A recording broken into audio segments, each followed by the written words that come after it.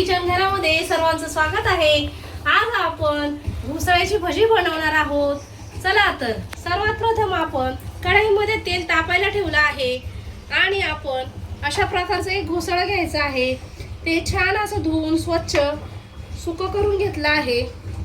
आता आपण सर्वात प्रथम एक मिक्सरचं भांडं घेऊन त्याच्यामध्ये 6 ते 7 हिरव्या मिरच्या,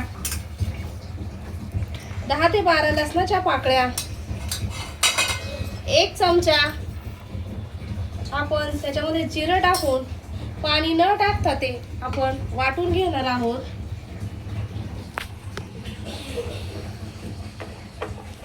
अशा प्रकारे आपण छान असं वाटण बारीक करून घेतलं आहे।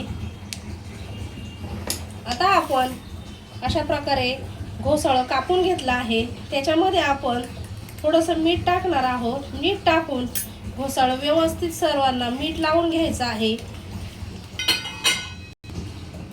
अशा प्रकारे सर्व घोसाळे कापून त्याला व्यवस्थित मीठ लावून घेतलं आहे। आपल्याला जेवढी भजी काढायची आहे त्यानुसार आपण बेसन पीठ घेतलं आहे। त्याच्यामध्ये आपण जे वाटण मगाशी वाटलं होतं ते आपण त्याच्यामध्ये सर्व टाकून घेणार आहोत। त्यानंतर आपण त्याच्यामध्ये 1 चमचा हळद टाकून 1 चमचा मीठ ऍड करणार आहोत। तुम्ही चवीनुसार टाकू शकता, तुम्हाला जेवढी भजी करायची आहे त्यानुसार। पाणी टाकून आपण आता हे सर्व बेटर व्यवस्थित थोडंसं आपण ज्या प्रकारे भजीला करतो त्या प्रकारे छान असं पीठ तयार करून घ्यायचं आहे।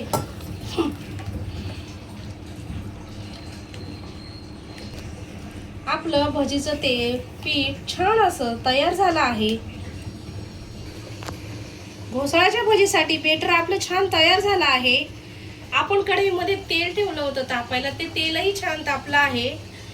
आता आपण ज्याला मीठ लावलं होतं ती घोसाळे आपण त्या पिठामध्ये अशा प्रकारे टाकून आपण ज्या प्रकारे बटाट्याची भजी करतो त्या प्रकारे आपण पीठ लावून व्यवस्थित एक घोसाळ्याला पीठ लावून व्यवस्थित पाठी आणि पुढे व्यवस्थित लावून हळूहळू तेलामध्ये आपण अशा प्रकारे सर्व भजी तेलामध्ये सोडायचे आहे। पाहू शकता आपलं तेल छान तापल्यामुळे भजी आपली छान। आपण आता भजीची एक साइड अशी पलटी करून घ्यायची आहे। अगदी सोप्या पद्धतीने ही भजी आपण करू शकतो आणि खायलाही खूप छान आणि चविष्ट लागते। घोसाळ्याची भजी बघू शकता किती छान अशी आपली झाली आहे तयार आणि छान अशी फुगली आहे। आता आपण गॅस बंद करायचा आहे आणि सर्व भजी आपण एका डिश मध्ये काढून घ्यायची आहे। छान अशी आपली घोसाळ्याची भजी तयार आहे। थंडीमध्ये ही भजी खायला खूप छान लागते। तुम्ही एकदा घरी ट्राय करून बघा। व्हिडिओ आवडला असेल तर व्हिडिओला लाईक करा, शेअर करा, सबस्क्राईब केलं नसेल तर चॅनलला सबस्क्राईब करा। धन्यवाद।